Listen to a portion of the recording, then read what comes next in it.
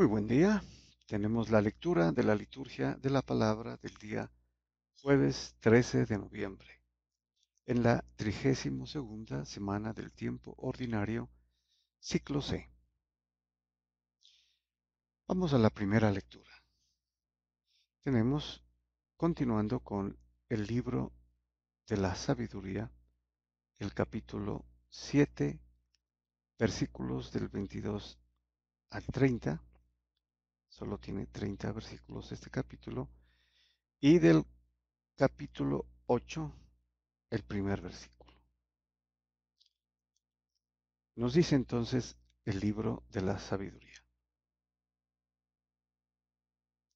La sabiduría posee un espíritu inteligente, santo, único, múltiple, sutil, ágil, penetrante, inmaculado, diáfano, invulnerable, amante del bien, agudo, incoercible, benéfico, amigo de los hombres, firme, seguro, sin inquietudes, que todo lo puede, todo lo observa y penetra todos los espíritus, los inteligentes, los puros, los más sutiles. Bueno, en este primer pasaje, eh, el escritor, que es el rey Salomón, recordemos, nos hace una mención extensa, ¿no?, de las cualidades de la sabiduría. Menciona 21 atributos en realidad. Y lo que hace Salomón es prácticamente equiparar la sabiduría con algo que es divino, porque proviene de Dios, ¿no? Se refiere prácticamente a la sabiduría de Dios. Y continúa, la sabiduría es más móvil que cualquier movimiento, y en virtud de su pureza lo atraviesa y lo penetra todo. Es efluvio del poder de Dios, emanación pura de la gloria del Omnipotente. Por eso, nada manchado la alcanza. Bueno, en algunas partes, como en la presente, eh, equipara a la sabiduría con el Espíritu Santo, prácticamente, ¿no? Y en otras lo va a hacer con la palabra. Entonces, eh, vemos que la sabiduría está magnificada, ¿no?, al nivel de Dios prácticamente, porque es efluvio, ¿no?, del poder de Dios, como lo dice en esta parte. Es irradiación de la luz eterna, espejo límpido de la actividad de Dios e imagen de su bondad. Aún siendo una sola, todo lo puede.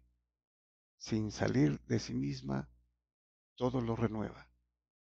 Y entrando en las almas buenas de cada generación, va haciendo amigos de Dios y profetas.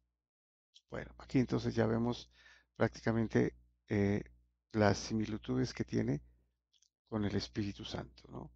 Con la función del Espíritu Santo y con la función también del Hijo de Dios, ¿no? Pero no hay que perder la vista de que esta sabiduría proveniente de Dios, ¿no?, es uno de los atributos divinos.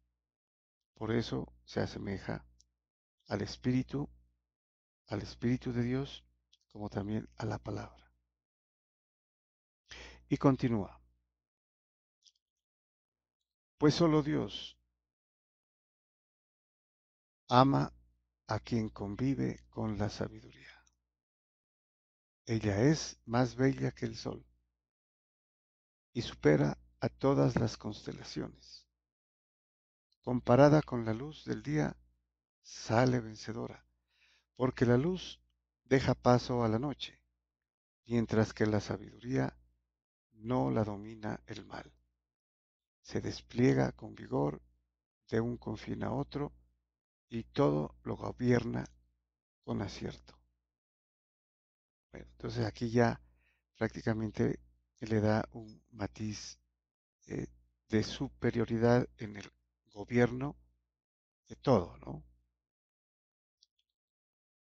Y también la luz que irradia, ¿no? O sea, no es como la luz natural, precisamente porque ah, comparada con la del día, dice sale vencedora, ¿no? Porque la sabiduría es la luz que ilumina todo. Y termina diciendo, se despliega con vigor de un confín a otro y todo lo gobierna con acierto. Es como la ley natural y sobrenatural que domina todo. Bueno, muy bien, pasamos al Salmo responsorial. Tenemos el Salmo 119, que es el más largo, el más extenso de todo el Salterio. ¿Sí? ¿No? Tiene 176 versículos. Su responso es, tu palabra, Señor, es eterna. Y qué interesante que en el responso aparezca la palabra, ¿no? Que aludiría a la palabra de Dios, a su Hijo humanado y ya proyectándolo al Nuevo Testamento, ¿no? A la era mesiánica. Bueno, este salmo está dedicado y le canta y alaba la ley de Dios, la ley divina. Podríamos decir, se refiere a la Torá judía, pero es algo más amplio, que aquí incluiría incluso la ley natural. Bueno, nos dice el salmista, tu palabra, Señor, es eterna, más estable que el cielo. Otra cosa que debemos incluir es que cuando menciona la palabra y menciona la ley, se refiere a la revelación, a todo lo que ha revelado el Dios, ¿no? A sus fieles, empezando con los patriarcas del Antiguo Testamento, y que seguirá revelando hasta la aparición del Mesías. Tu fidelidad de generación en generación. Fundaste la tierra y permanece. Por tu mandamiento subsisten hasta hoy, porque todo está a tu servicio. La explicación de tus palabras ilumina, da inteligencia a los ignorantes. Aquí tendríamos que decir, ¿y de dónde proviene la explicación de las palabras, de la revelación? Ya apuntando al Nuevo Testamento, tendríamos que decir que es la Iglesia la que explica oficial y verdaderamente el contenido de la palabra, de la revelación, sea oral o escrita.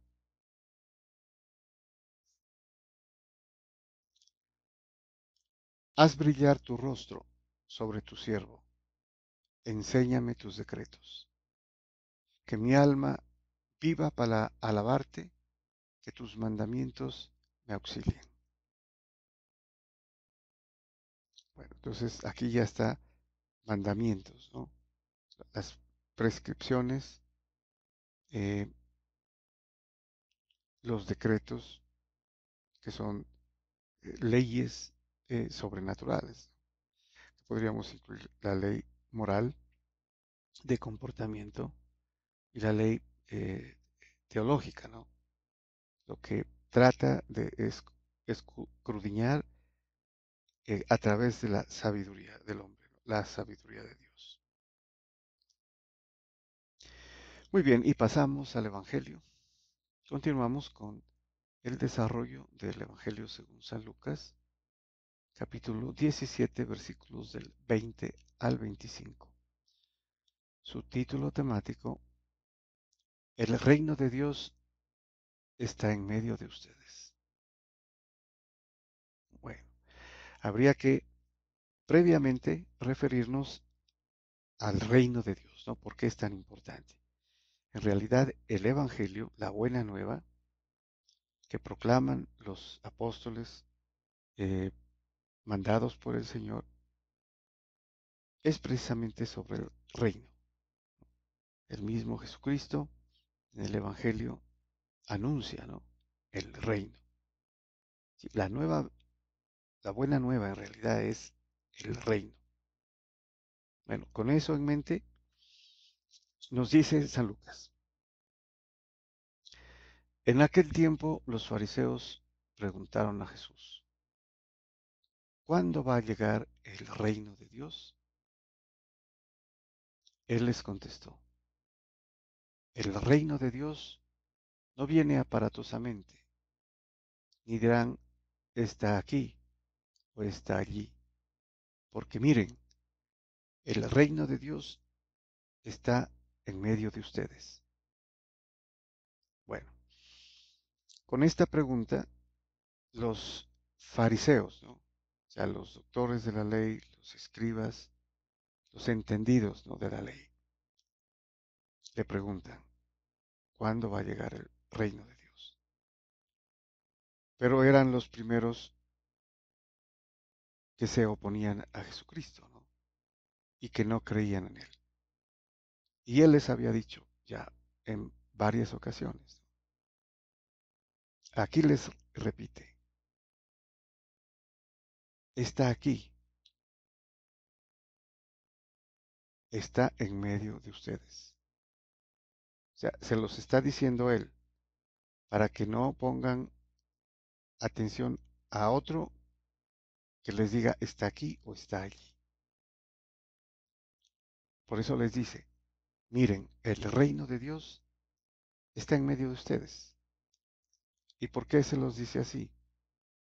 ¿Qué es el reino de Dios? El reino de Dios es el nuevo pueblo de Dios, que son todos los hombres, universal, el pueblo universal, que es la Iglesia católica universal, ¿no? Recuerden, católico quiere decir universal, donde entran todos los hombres, sin distingo de raza, de etnia, de lengua, y se hacen un solo cuerpo con Jesucristo, su cabeza, ¿no?, en una relación, decíamos, esponsal, como en el matrimonio. Se hacen uno, ¿no?, la Iglesia católica y el Señor Jesús. Por eso no se puede hablar mal de la Iglesia, porque se está hablando mal de Jesucristo, que es su esposo. Y continúa: dijo a sus discípulos: vendrán días en que desearán ver uno solo, un día solo, el Hijo del Hombre, y no lo verán. Entonces se les dirán: está aquí o está allí. No vayan ni corran detrás, pues como el fulgor del relámpago brilla de un extremo al otro del cielo, así será el Hijo del Hombre en su día. Pero primero es necesario que padezca mucho y sea reprobado por esta generación. Bueno, tenemos entonces eh, lo que nos dice el Señor Jesús ya a los discípulos, ¿no?, y a nosotros en sus discípulos. Les respondió yo eh, a los fariseos, y ahora les dice a sus discípulos: vendrán días, dice, ¿no?, en que desearán ver uno solo, un solo día el Hijo del Hombre, y no lo verán. Y entonces la gente empezará a decir no, inclusive eh, desinformando, está aquí o está allá. Dice: no corran detrás, Y aquí se refiere al día del Señor, el día del Hijo del Hombre, su día que es el día final, el juicio, donde vendrá a juzgar a vivos y muertos. ¿Y cómo será? Dice, como el fulgor del relámpago. Será inmediato. Por eso la necesidad de estar preparados. Y como dice en otro pasaje, pues no saben el día ni la hora. Por eso hay que estar preparados, ¿no? Porque será como el fulgor del relámpago, que brilla de un extremo al otro del cielo. Y aquí termina diciendo, anunciando su pasión. Primero es necesario que padezca. Es el inicio, que va a significar la redención de toda la humanidad, la justificación, a través luego de los sacramentos y el tiempo para la preparación, antes del fin.